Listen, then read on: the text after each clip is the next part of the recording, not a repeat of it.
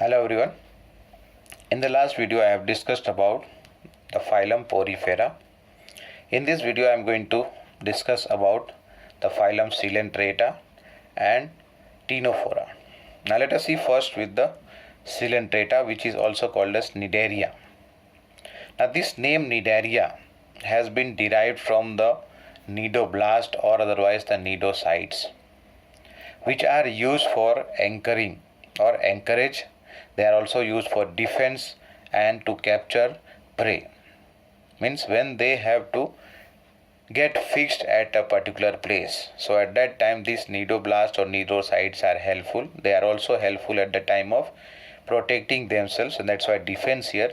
And in order to catch a prey, they use this cnidoblast or cnidocytes. Now what is this cnidocytes or cnidoblast? They are actually containing some stinging capsules. They contain stinging capsule or otherwise nematocyst or otherwise called as nematocyst, which is present on the tentacles and the body. If you remember the Hydra belongs to this phylum Coelenterata.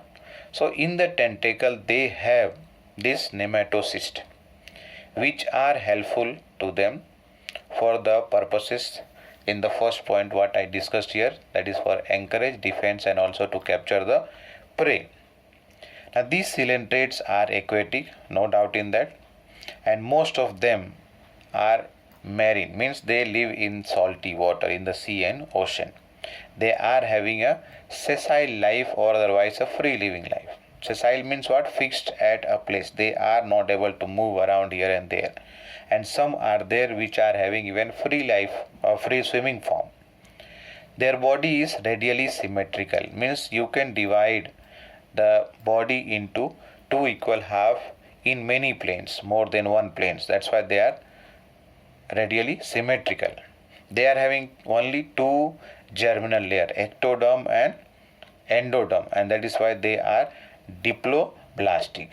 And this is the second phylum we are discussing, where what happens here, tissue level of organization is seen for the first time. Before this poriferans, they do not have the tissue level of organization. They are multicellular, still they are having the cellular level of organization, and the digestion that over here takes place is internal, extracellular and intracellular.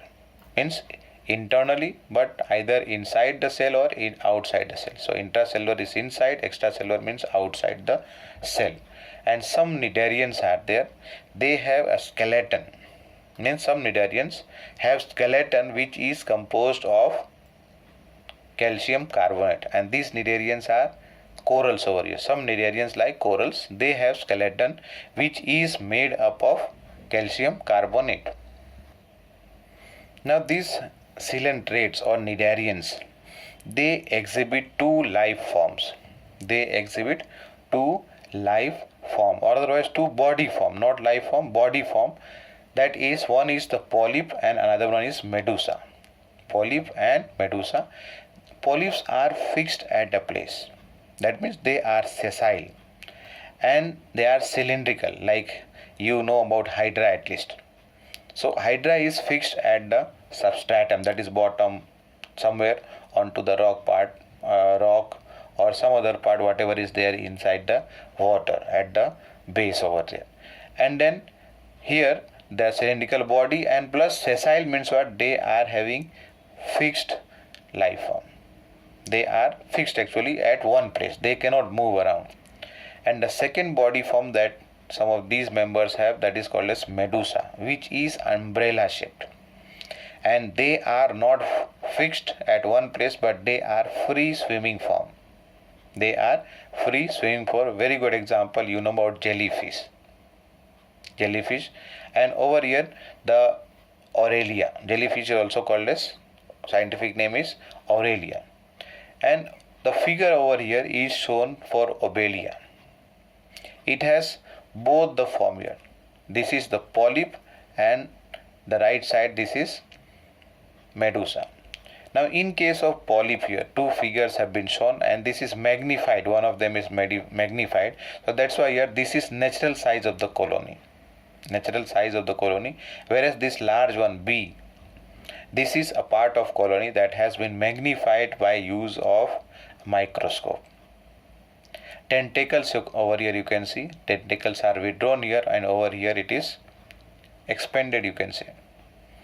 And in case of the other form, that is the medusa, which is a swimming form, umbrella shaped. Now these two, in case of Obelia, the figure that is shown over here, they exhibit both these body forms, and with the help of these two body forms they are able to exist, or they are able to show alternation of generation. Alternation of generation we have discussed in case of plants. Here we are talking for animals here, and that also a member of phylum Coelenterata. Example here is Obelia, where what happens, alternation of generation is found, and so here alternation of generation is referred as metagenesis. This is referred as metagenesis, and this is exhibited by those members who can exist in both the form, that is polyp and also the medusa form. In case of Obelia here we are discussing, so here polyp can form medusa by asexual reproduction. Means asexually polyp can produce medusa, and in return medusa can produce polyp by sexual reproduction, or sexually medusa produces the polyp sexually or by sexual method. An example already I have discussed is the Obelia, and other example for coelenterate, the phylum Coelenterata, Physalia, which is commonly called as Portuguese man of war. The next one is Pennatula, sea pen, Meandrina, brain coral, Adamsia, sea anemone, and Gorgonia, that is sea fan. Now here in case of the Coelenterata or Cnidarian, the development is indirect type. Means what? They also have larval stages, and the larva over here is called as planula. The larva over here is called as planula larva, and this is formed during the free living swimming life cycle. Means free living is which one? The medusa form. So medusa forms this larva, you can say, that is having planula larva during the free swimming life cycle. And this, in this phylum, the first time the simple type of neural system is seen, which is called as nerve net. First time neural system is seen, and which is called as what? Nerve net. The second phylum here I am going to take is phylum Ctenophora. As such this is third, but for this video this is second phylum. As a whole it is third phylum, and that is why you can see here C is mentioned here. A, B, C. Ctenophore over here. Ctenophores are commonly called as sea walnut or otherwise comb jellies. Sea walnut or otherwise comb jellies. Now over here why they are called as comb jellies? Because their body bears 8 external rows of cilia, or otherwise cilia like structure, ciliated comb plates are there. Comb plates are there which are ciliated. And how many are there? 8 are there. Once again, they bear 8 external rows of ciliated comb plates, and these are used for locomotion purpose, that is for their movement. You can see in the figure here, if you count these dark lines like this looking, these are actually the comb plates which are 8 in number. They are exclusively found in marine water only, means in the sea and ocean, salty water only they are present. They are not present in fresh water. Then their body is radially symmetrical, means you can divide their body into 2 equal half in more than one plane. They have only 2 germinal layers, so that's why they are called as diploblastic, and the level of organization they have is the tissue level of organization. Digestion is both. They have digestion both the extracellular and also intracellular. That means what? Some members will be having extracellular, otherwise even all members will be having both these methods together. Then next one is they exhibit the property of emitting light. They exhibit the property of emitting light, which is called over here as bioluminescence.